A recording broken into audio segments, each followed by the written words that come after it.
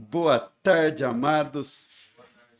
Ah, Bom dia. bom dia. Muito bem. Eu sei que nós temos aqui várias pessoas que não fazem parte do cotidiano quando eu estou aqui, mas eu sempre que venho aqui, eu gosto de repetir que é um privilégio estar nessa igreja. Eu sempre digo isso. E se a misericórdia do pastor Rui e a paciência dos irmãos permanecerem nos próximos 20 anos, com 86 eu vou chegar aqui e vou dizer que é um privilégio estar com os irmãos. E hoje, é claro, eu digo isso de uma forma especial, porque, afinal de contas, aniversários são sempre ocasiões muito especiais. E eu quero começar a mensagem desta tarde, então, com uma pergunta. É uma pergunta que é lançada mais como uma reflexão do que para propriamente ser respondida, né? Para refletir. E a pergunta é: o que move a vossa igreja? O que move a vossa igreja? Movimento. O pastor disse que não há muitas novidades em pregações, mas hoje eu vou falar de entropia, dissipação. Eu penso que é a primeira vez que provavelmente abordo essa questão aqui. Movimento é uma questão de física, é física. E eu confesso para os irmãos que eu não percebo nada de física. Se tem alguém aqui que domina essa área, tenha misericórdia de mim, né? Eu não percebo nada. Eu sou, aliás, um zero à esquerda. Aliás, eu nem sei se a expressão zero à esquerda dentro da física tem alguma implicação. Eu não sei. Mas foi dentro desta minha ignorância que um dia eu perguntei para o meu filho. Vínhamos no carro e eu perguntei para o meu filho. Eu disse: Josh, por que é que os fabricantes de carros elétricos não metem 4 dínamos nas rodas do carro, né? E os dínamos passam, então, a gerar a energia que o carro precisa.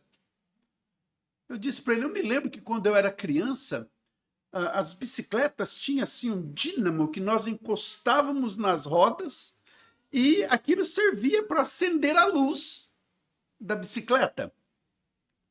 E eu fiz essa pergunta e ele, com a maior paciência, o Josh foi me explicar os conceitos básicos das leis da termodinâmica. Ele me disse que a ideia de ter um mecanismo capaz de funcionar e de produzir trabalho indefinidamente tinha até nome, que era moto contínuo, ou também chamado de movimento perpétuo. Mas que isso, ele disse, que era uma hipótese irreal, uma hipótese que violava as duas principais leis da termodinâmica, que é a lei da conservação da energia e aí a lei da tal da entropia e dissipação. É claro que ele não me explicou desse jeito. Ele explicou de uma forma mais mastigada para o velho aqui perceber, de uma forma mais didática. Eu só descrevi dessa forma porque eu fui à Wikipédia para saber como é que era isso. E descrevi isso. Mas, como isso aqui não é uma aula de física, e nem eu tenho capacidade para isso, como isso é uma pregação no dia do aniversário da vossa igreja, eu vou deixar de lado, então, as entropias, as dissipações, e eu vou deixar de lado isso, a questão do que pode ou não mover um carro elétrico, mas eu vou permanecer no tema do movimento. E é por isso que eu quero voltar ao título da mensagem. O que move a vossa igreja? O que move a vossa igreja?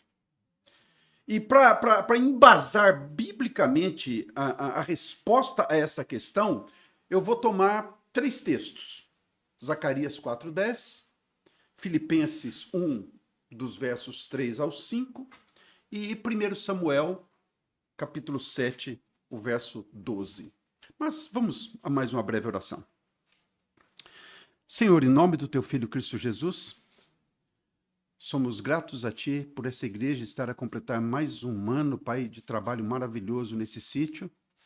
E queremos Te pedir, Pai, que essa mensagem não só sirva de reconhecimento por quem trouxe esse trabalho até aqui, também como estímulo àqueles que estão a servir hoje e também, Senhor Deus, como projeção do que ainda temos pela frente para ser feito. Em nome do teu Filho Cristo Jesus, fala ao coração de cada irmão, cada irmã que está aqui, e que essa mensagem sirva não só para essa igreja, mas para as demais igrejas aqui representadas. É o pedido que eu te faço no nome santo do teu Filho Cristo Jesus. Amém. Amados, eu já tive não sei se eu diria privilégio, eu já preguei para igrejas muito grandes, igrejas 400, 500 pessoas lá em Fortaleza, e já preguei para igrejas com menos de 10 pessoas.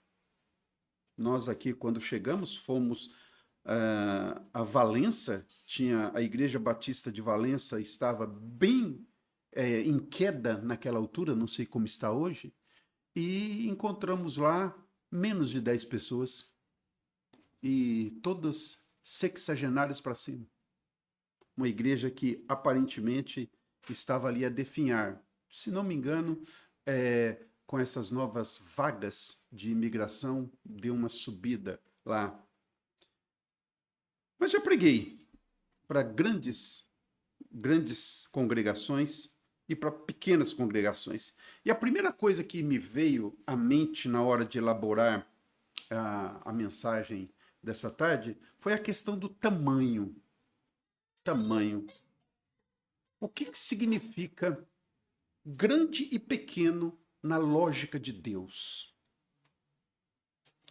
Vamos então a Zacarias. Zacarias capítulo 4, vamos ao verso 10 de Zacarias 4, porque nós temos aqui uma interrogação que foi registrada por Zacarias. E Zacarias capítulo 4, no verso 10, começa com uma interrogação. Porque quem despreza o dia das coisas pequenas? Quem despreza o dia das coisas pequenas? Opa, deixa eu só pegar aqui que me fugiu a nota. E prossegue o versículo. Pois esses se alegrarão, vendo o prumo na mão de Zorobabel. Estes são os 7 olhos do Senhor que percorrem por toda a terra. Olha, se nós voltarmos um pouquinho, alguns versos atrás, no verso 8, nós vemos que essa interrogação não foi feita por Zacarias. O Zacarias só registrou. A interrogação veio do Senhor. Por isso essa pergunta, quem despreza o dia das coisas pequenas, foi feita pelo Senhor. E foi feita num contexto complicado para o povo de Deus. O povo de Israel havia retornado do exílio da Babilônia, o templo estava destruído, eles tinham a missão de reconstruir o templo, os trabalhos estavam no início da reconstrução, e quem estava ali a liderar aquela reconstrução era o governador Zorobabel. Só que as coisas não estavam sendo nada fáceis.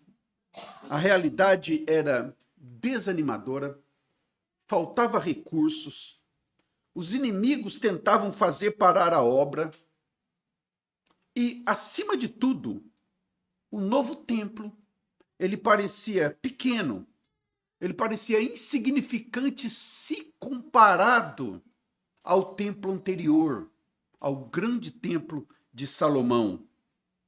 Agora, como os mais jovens que estavam ali não haviam conhecido, não conheceram o templo anterior, eles não tinham ali um parâmetro de comparação. Por isso eles estavam empolgados, né, com o avanço das obras. Mas se nós formos lá em Esdras, não precisa necessariamente abrir, Esdras capítulo 3, no verso 12, diz que os mais idosos, aqueles que tinham vivido no passado, aqueles que conheceram, que serviram no templo de Salomão, eles choravam de tristeza. Eles choravam de tristeza porque eles achavam que com aquele pingo de gente e com aqueles escassos recursos, o templo não chegaria nunca ao nível, ao patamar do templo anterior. Mas Deus muda a perspectiva daqueles que lamentavam, lembrando que para ele, que para Deus, o tamanho não importava. Deus, amados, Deus não precisa de grandes começos. E é por isso que ele lança essa pergunta retórica para o Zacarias. Quem despreza o dia das pequenas coisas? A pergunta ali confrontava o ceticismo humano, que só valorizava os grandes empreendimentos. Aliás, confrontava e ainda confronta. Ainda confronta. Deus estava dizendo que o facto do projeto ser humilde, coisas pequenas, não significava que a obra fracassaria, ou então que não teria a sua aprovação. E na sequência do próprio versículo, o texto diz que os olhos do Senhor se alegravam ao ver o prumo na mão de Zorobabel. Ou seja, Deus estava se alegrando com aquele trabalho diário que estava sendo feito. Deus se alegrava com cada pedra que era colocada, mesmo que a obra completa demorasse para ser construída. Nós temos um vizinho, nós moramos em Palmeira de Faro. Nós temos um vizinho, um senhor idoso. Esse senhor, todos os anos, me deixa impressionado. Ele é dono de um grande terreno, um terreno enorme mesmo. Pega, assim, uma parte imensa da região onde nós moramos. E nas semanas que antecedem o verão, ele pega uma enxada, sachola, que fala aqui, né? Ele pega ali uma sachola e ele começa a limpar aquele terreno. Amados, se um desconhecido passar por lá, vai chamar aquele homem de maluco. Vai chamar de maluco. O terreno é enorme, a sachola é pequena, mas ele fica lá, toque por toque, o dia inteiro, dia após dia, semanas seguidas. Olha que ele é desse tamanho. E antes de chegar o tempo seco, antes de chegar o verão, o terreno está surpreendentemente limpo. Amados, quando Deus disse para Zacarias que as coisas pequenas não devem ser desprezadas, ele bem poderia usar o exemplo de perseverança desse nosso vizinho. Caso esse homenzinho tivesse vivido nos tempos de Zacarias. Mas no caso do templo, havia um detalhe que este homenzinho lá de Palmeira não conta. Que ele não conta com esse detalhe. Um detalhe que Deus já havia falado para Zacarias um pouco antes, quando no verso 6 do capítulo 4 ele disse que as coisas não acontecem nem por força, nem por violência, mas pelo seu Espírito. Ao enfatizar então que as pequenas coisas não deveriam ser desprezadas, Deus estava dizendo que o sucesso da reconstrução do templo dependeria do poder dele e não do tamanho dos recursos iniciais daquele projeto. O sentido aqui amplo da interrogação que Deus dirige a Zacarias é um alerta contra o erro de julgar o valor de um projeto apenas pelo seu ponto de partida. Se nós julgarmos o homenzinho quando ele está começando a capinar o terreno ali, amados, segundo Deus aqui, o que para os homens era pequeno, o que para os homens era irrelevante, para Deus era o início de algo que ele completaria em glória. A vossa igreja, amados, a vossa igreja pode não ter, e não tem, as dimensões dos grandes templos, mas o poder daquilo que foi pregado nesse púlpito ao longo desses anos é algo que só Deus pode dimensionar. Só Deus. E a medida dele, a medida de Deus, é diferente das medidas humanas. E é esse poder que tem movido essa igreja. O segundo texto que eu quero destacar fala de algo que me diz respeito diretamente. E esse texto está em Filipenses, capítulo 1, e são os versos 3, 4 e 5.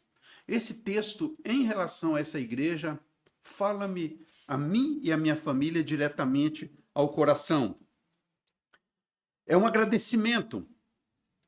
E Filipenses 1, versos 3 a 5 diz: dou graças ao meu Deus todas as vezes que me lembro de vós, fazendo sempre com alegria oração por vós em todas as minhas súplicas, pela vossa colaboração no Evangelho, desde o primeiro dia até agora. Desde o primeiro dia até agora. Nessa carta que Paulo dirige aos Filipenses, ele expressa gratidão, carinho até, por uma igreja que sempre o apoiou. Amados, eu sou missionário, minha família é uma família missionária, nós somos apoiados por algumas igrejas e eu sempre recebi o apoio da vossa igreja também. Sempre recebi.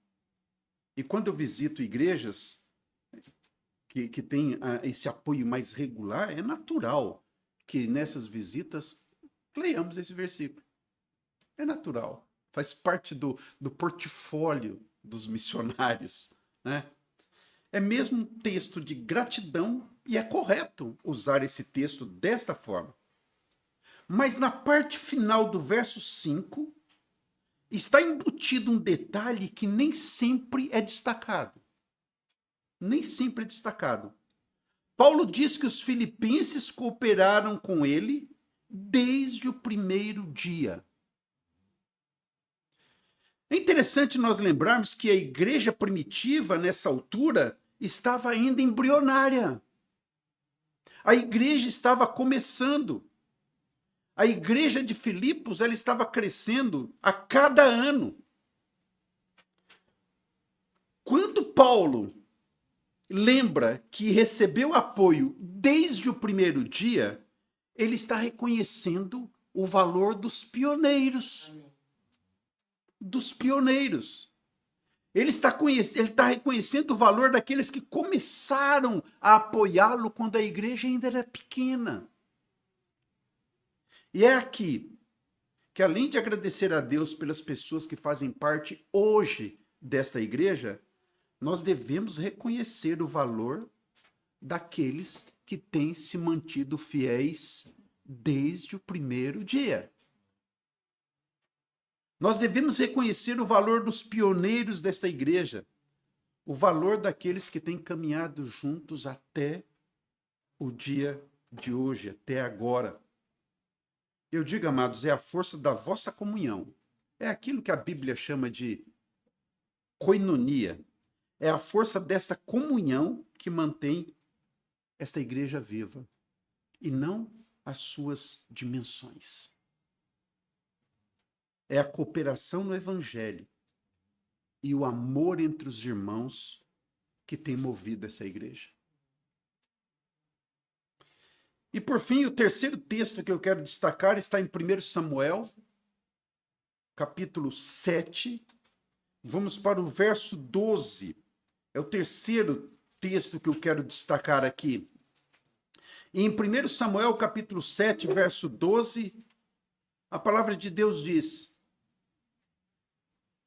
Então tomou Samuel uma pedra e a pôs entre Mispá e Sem, e chamou o nome dela Ebenezer, e disse: Até aqui nos ajudou o Senhor. É claro que esse versículo não pode faltar numa pregação de aniversário de uma igreja. É um versículo clássico. É um verso que nos faz olhar para trás, que nos faz olhar para a caminhada que essa igreja teve desde a sua fundação até o dia de hoje. Mesmo conhecendo superficialmente, eu não conheço a rotina, o cotidiano, a realidade do dia a dia dos irmãos, não convivo diretamente com vocês, embora venha várias vezes. Mesmo conhecendo superficialmente a realidade de vocês, eu estou certo de que nem tudo foram flores nesses 20 anos. Estou certo. Eu estou certo de que vocês passaram por momentos bons, por momentos não tão bons, mas mesmo nos momentos mais difíceis, a mão de Deus vos sustentou. E é nesse momento que os membros mais antigos podem olhar para trás e podem dizer: até aqui nos ajudou o Senhor. Até aqui nos sustentou o Senhor. E se Ele, até aqui, sustentou essa obra, podem ter certeza que Ele continuará a vos sustentar até aquele dia glorioso, que esta igreja, com as demais igrejas de Cristo, terão aquele encontro maravilhoso com nosso Senhor e Salvador nas tão esperadas bodas do Cordeiro. 3 versículos, 3 trechos para reflexão. Mas para fechar a mensagem, eu quero voltar à questão da física. Eu quero voltar a falar da questão do moto contínuo, que também é conhecido como movimento perpétuo. Como o meu filho Josh, como ele me explicou, sem a ajuda externa, as leis da termodinâmica não permitem a continuidade do movimento. As leis da termodinâmica não permitem um movimento contínuo, perpétuo. Um carro elétrico movido por si mesmo, com o passar do tempo, vai esgotar a energia armazenada e mais cedo ou mais tarde vai parar. No caso do dínamo da bicicleta, tem lá o ciclista a pedalar. E se ele parar de pedalar, a luz se apaga. Amados, se essa igreja tivesse sido alicerçada apenas no desejo dos irmãos de ter um ponto de encontro, se essa igreja tivesse contado apenas com os recursos financeiros dos irmãos e com a boa vontade daqueles que se reuniram aqui ao longo dos anos, se contassem só com isso, pode ter certeza que vocês teriam sucumbido. Pode ter certeza de que vocês teriam parado.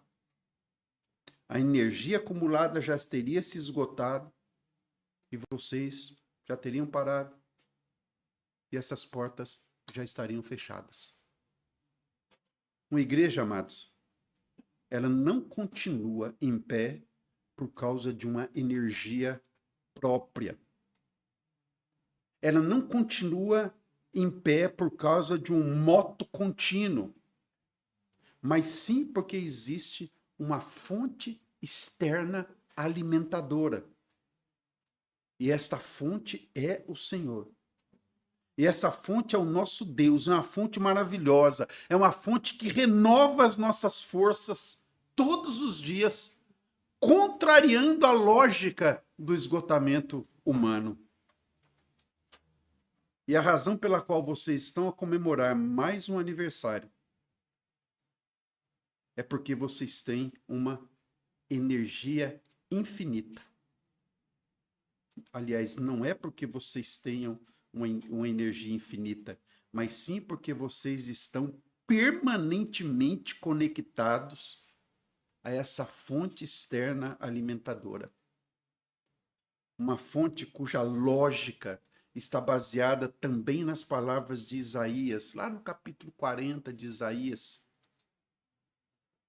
Bastante conhecidos, versos 29 a 31, que fala que o Senhor dá força ao cansado, que ele multiplica as forças do que não tem vigor. O verso 30 diz que os jovens se cansarão e se fatigarão, os moços certamente cairão, mas os que esperam no Senhor renovarão as suas forças, subirão com asas como águia, correrão e não se cansarão, caminharão e não se fatigarão. O segredo, amados, da longevidade dessa igreja não é o movimento perpétuo humano, mas sim o abastecimento perpétuo do Espírito Santo. Continue assim. Continue assim, vocês contrariarão todas as leis humanas. Vocês combaterão todas as investidas do inimigo. E vocês continuarão a celebrar aniversários até aquele dia em que partiremos para a glória eterna. Que Deus abençoe a vossa igreja, que Deus abençoe a cada um de vocês e que essa igreja ainda alcance muitas almas para Cristo, em nome de Jesus. Glória a Jesus.